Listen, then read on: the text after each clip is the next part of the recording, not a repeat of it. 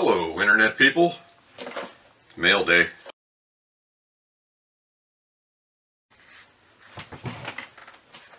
So my girlfriend's parents recently came down from Labrador and they wanted to go to a shooting range and rent some firearms. So we went to Nova Tactical down in Dartmouth and they had a fun time. Yeah, and I didn't want to rent any guns because I have guns. So I brought along my 9mm carbine, and then I was shooting at 20 meters, which I don't normally do. I normally shoot at 50. And I thought, well, how can I try to make this fun? I'll try to do some double taps. What I noticed was recoil for the first time in my 9mm carbine. And I'd get the first hole where I wanted, and the second one was up and over to the left. And they're about 4 inches apart.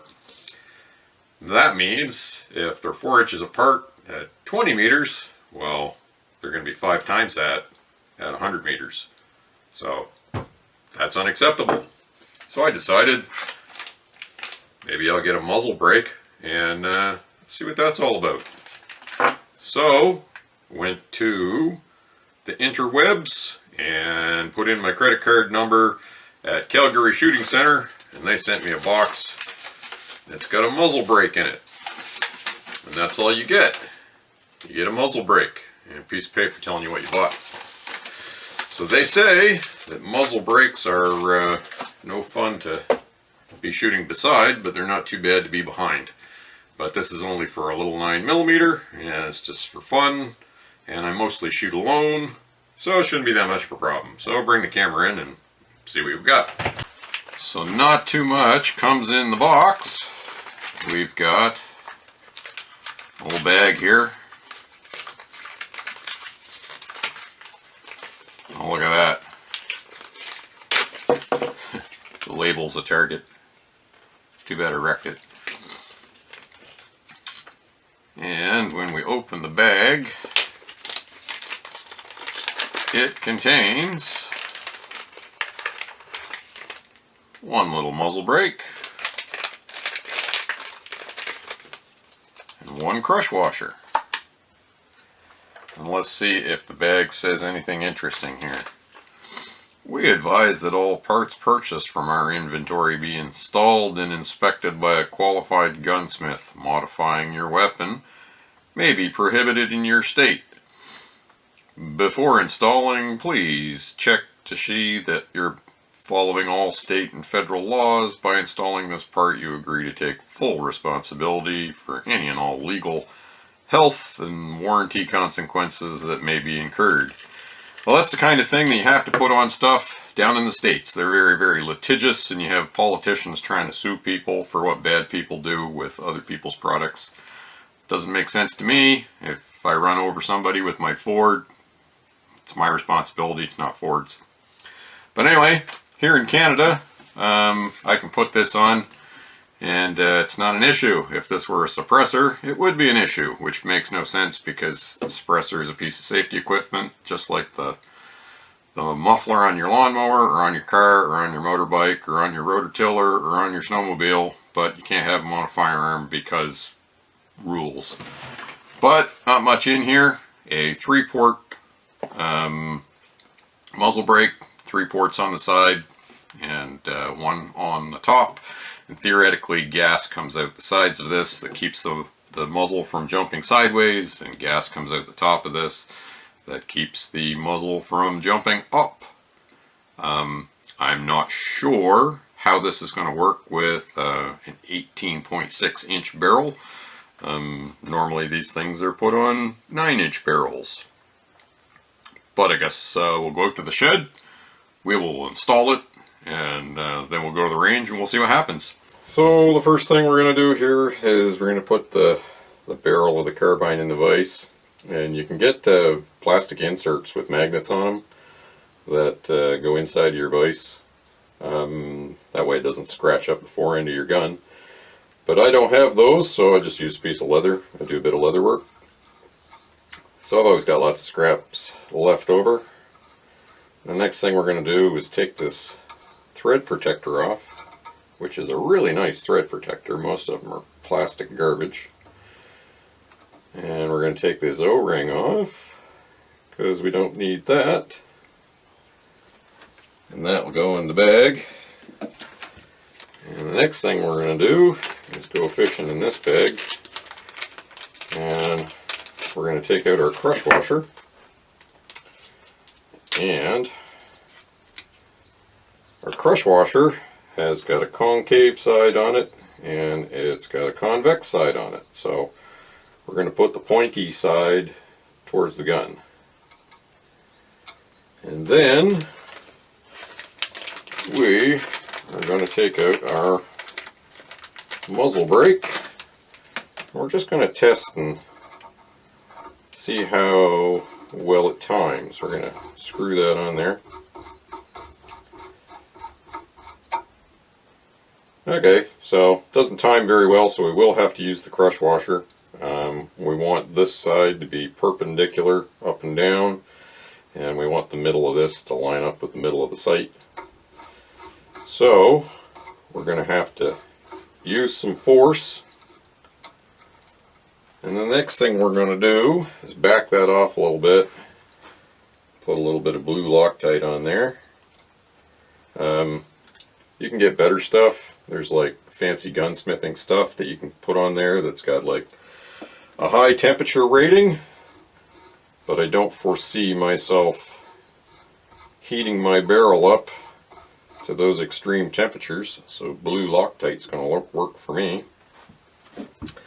And then, so we don't mess up the muzzle brake, we're going to put some masking tape around it. They say you should wrap the muzzle brake with masking tape 4 times. I don't know. So I guess that's what I'm going to do, 4 times. And that's just so you don't screw up the finish. Helps the wrench fit in there better. So, righty-tighty, lefty-loosey. So the next thing we're going to do, we're going to take our 13/16 wrench, which fits on there pretty good, and we're going to crank that around. And then we'll back it off a little bit and crank it around.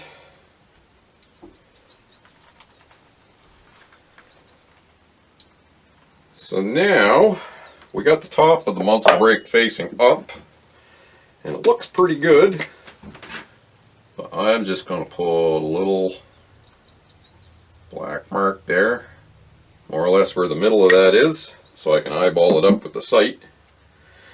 And they say you can do 540 degrees of rotation with this. So what have we done? We've done about 90 or so? I don't know. Well, anyway, we can go another 180 and then another 180 for 360, and then this thing should be perfectly timed.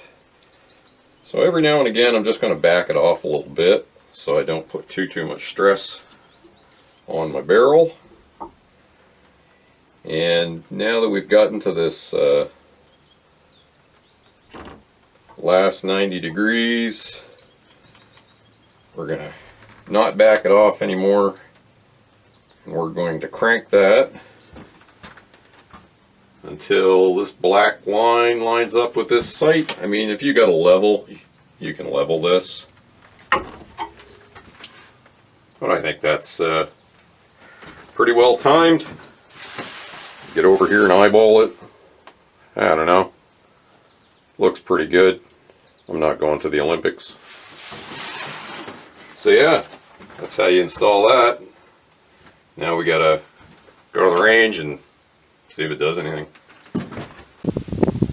So it's windy. That's gonna mess with the volume and sound quality, but here we are.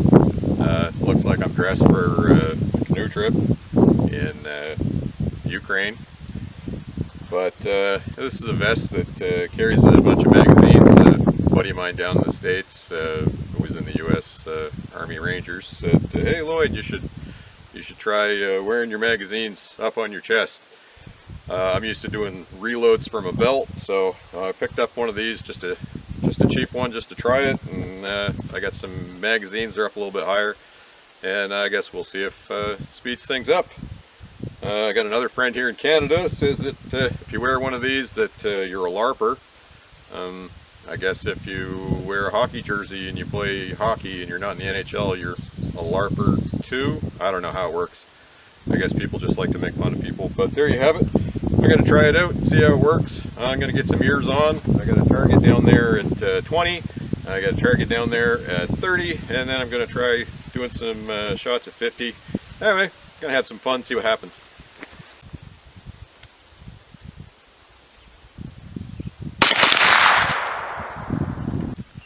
So my first attempt here was none too successful.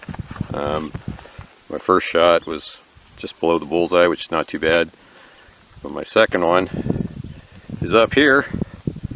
So it's working side to side, but I probably ganked the trigger. I'll give it a try again, see what happens. But so I'm changing gears. I got a piece of steel down here, a little mini IPSC, and I'm gonna see what happens when I shoot at that.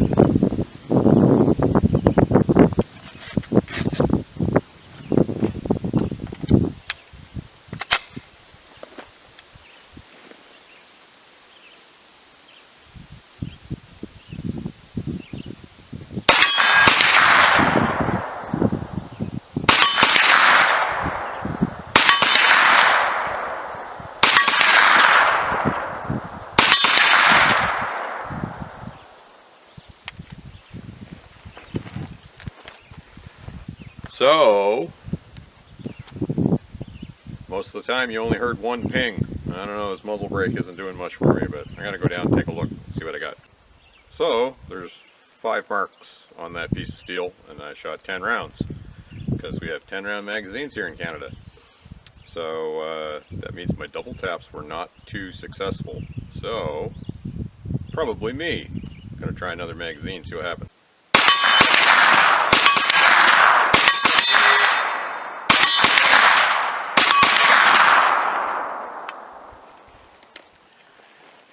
I managed to get 1 double tap that time, so, you know, improvement. Try another mag.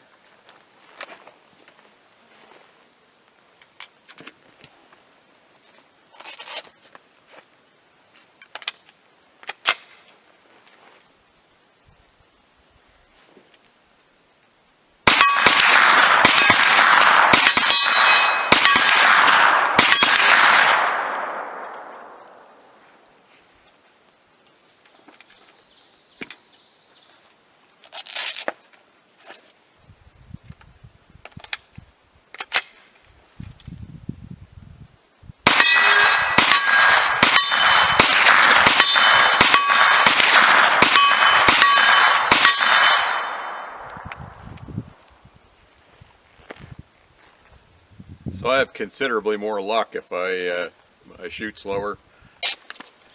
So you notice here I've got 2 different kinds of magazines. They're both Glock magazines made by Magpul. And this one's just a little bit bigger than the other. They both hold 10, but this one's got a little silver pin in it. So it's just a little bit longer.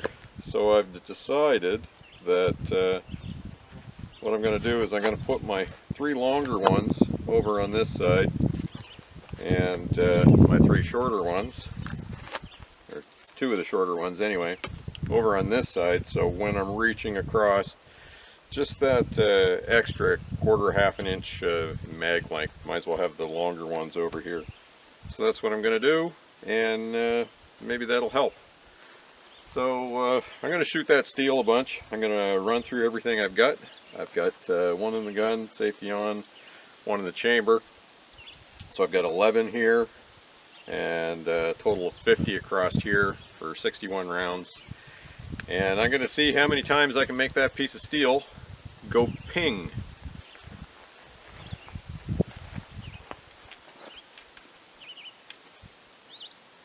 Safety off.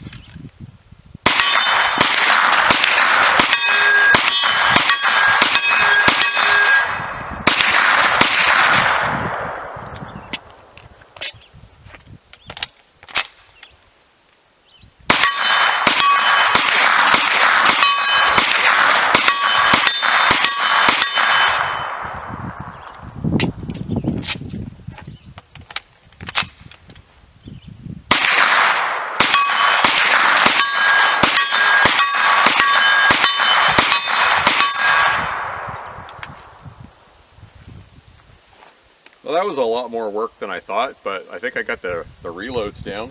I got a chunk of brass way inside my vest here, but a little bit warm. Anyway, I started pissing quite a bit at the end, so I don't think it's very healthy for your gun to be putting that kind of volume of lead down range, but I guess I'm only going to do it the once just to try it out. So anyway, yeah, with a little bit of practice, you can get used to the chest rig thing, even though I'm used to like just taking them off my belt. So yeah, if you need to carry like a lot of ammo, which I don't, to be honest, good system. I don't know, as you shoot things more and more and more, your arms get tired and you miss more and more and more.